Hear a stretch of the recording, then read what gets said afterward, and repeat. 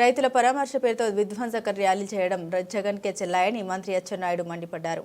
బంగారుపాలెంలో helipad నుండి పర్యటన చేసే స్థలం వద్దకు ర్యాలీగా రావడంపై మండిపడ్డారు. హెలీప్యాడ్ వద్దకు 30 మందికి అనుమతిస్తే 300 మంది వచ్చారన్నారు. సీఎంగా పనిచేసిన వ్యక్తి ఈ సమాజానికి ఎలాంటి మెసేజ్ ఇస్తున్నారు అని ప్రశ్నించారు. ముందు వేసుకున్న ప్లాన్ ప్రకారమే ర్యాలీ చేస్తున్నారన్నారు. పోలీసులు విలేకరులపై దాడులకు తెగబడుతున్నారన్నారు. మంత్రివర్గం సమావేశం అనంతరం సహచర మంత్రులు నాదెండ్ల మనోహర్, అనగాని సత్యప్రసాద్తో కలిసి అచ్చెన్నాయుడు మీడియాతో మాట్లాడారు. రాబోయే సమస్యల్ని ముందే ఊహించి ప్రభుత్వం చర్యలు తీసుకుంటుంది. చిత్తూరు, అన్నమయ్య జిల్లాలో మామిడి రైతులు ఇబ్బందులు పడ్డారు. 2.5 లక్షల టన్నుల తోతాపూరి మామిడి ఉత్పత్తి జరిగింది.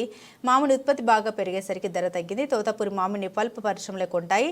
గతేడాది నిల్వలు ఉండడంతో ఆ పరిశ్రమలు ఈసారి కొనలేదు. తోతాపూరి మామిడిని 12కు కొనాలని నిర్ణయించాం.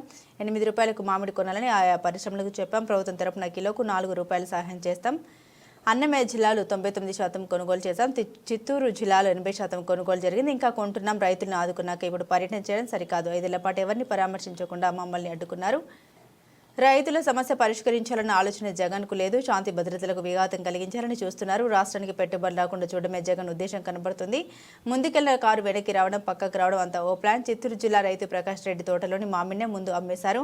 జగన్ కారు వచ్చాక ట్రాక్టర్ల నుంచి మామిడిని కింద పోశారు. ముందుగా వేసుకున్న ప్లాన్ ప్రకారమే రోడ్లపై మామిడిని పోశారు. మామిడిని ముందు తోటలోకి చేరవేసి జగన్ వచ్చినప్పుడు ఇలా చేశారు. క్రిమినల్ మైండ్తోనే ఇలాంటి పనులు చేస్తున్నారని అచ్చెన్నాయుడు ఆగ్రహాన్ని వ్యక్తం చేశారు. మా వాళ్ళు 5 కిలోమీటర్లు నేషనల్ హైవే మీద నీ ర్యాలీకి పెర్మిషన్ ఇచ్చారు. పెర్మిషన్ ఇచ్చారు కాబట్టి వెహికల్ కూడా అలాగ వెళ్ళిపోయింది. అయ్యయ్యో ముందుకెళ్ళిపోయింది వెహికల్. మనం వేసుకున్న ప్లాను దాటిపోయింది.